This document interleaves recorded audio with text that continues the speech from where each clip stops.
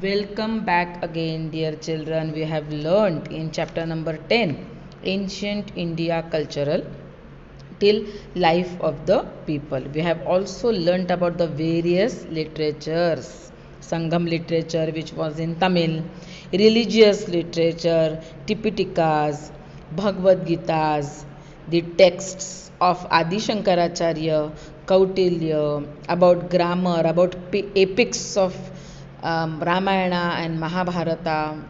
We have learnt earlier. We also learnt about the theatre, the stories in the form of song, music, and dialogues. Today we will start with science. Medicines.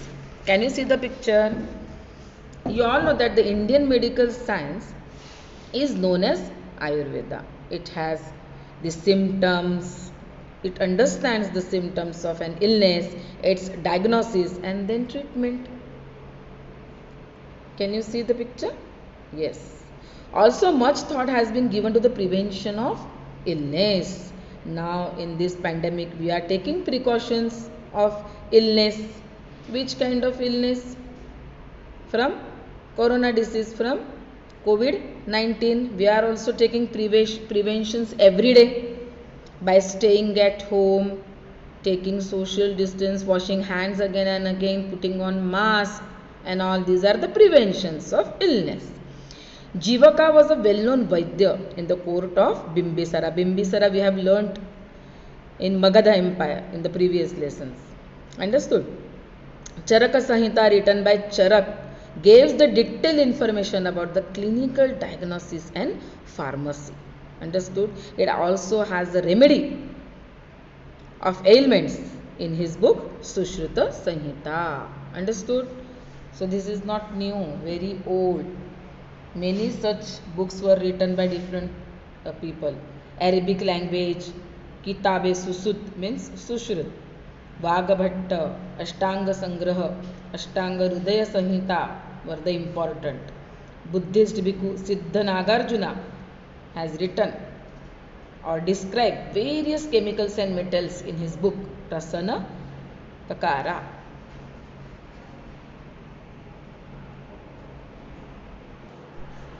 Now, here is the picture. Can you identify this picture?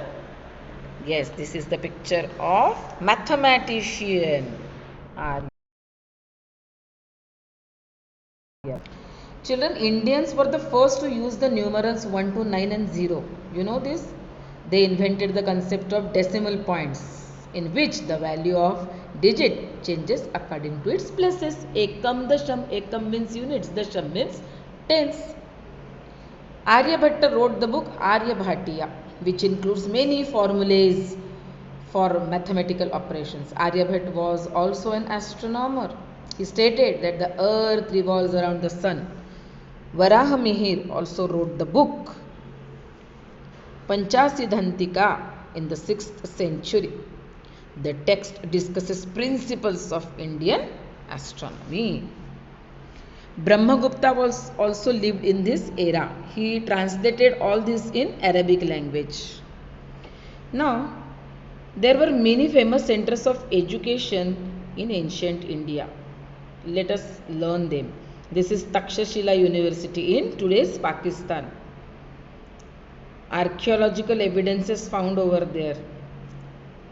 Many learned men, many people were the students of this university.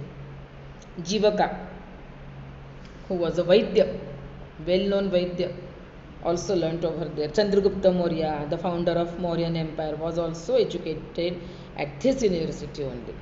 The grammarian Panini also was a student. Vaidya Charaka was the student of this university. Fahen, who came to India, visited the Takshashila University.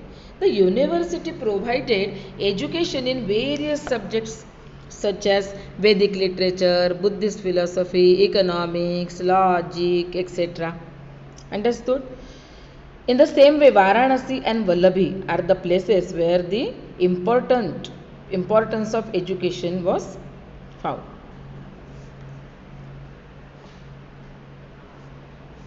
Varanasi, you all know, if you go to Varanasi, do visit the famous Banaras University, which provided education in the areas of Vedic as well as Jain and Buddhist philosophy. Vallabh is a place in Gujarat. It was an important center of Jain and Buddhist philosophy. Now let us move on to Nalanda University. This is in Patna in Bihar. Emperor Harshavardhan made generous donation to this university. And according to the historian and visitor or traveler Yong Chang and Isting, Nalanda University could accommodate thousands of students. The library stocked thousands of books. Students seeking admission to this university had to appear for an entrance exam.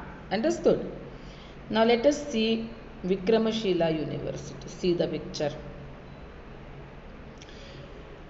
It is in today's Bhagalpur in Bihar. It was established by a king named Dharmapal in 8th century. It had 6 vihars, each having own separate entrance. Can you see the picture?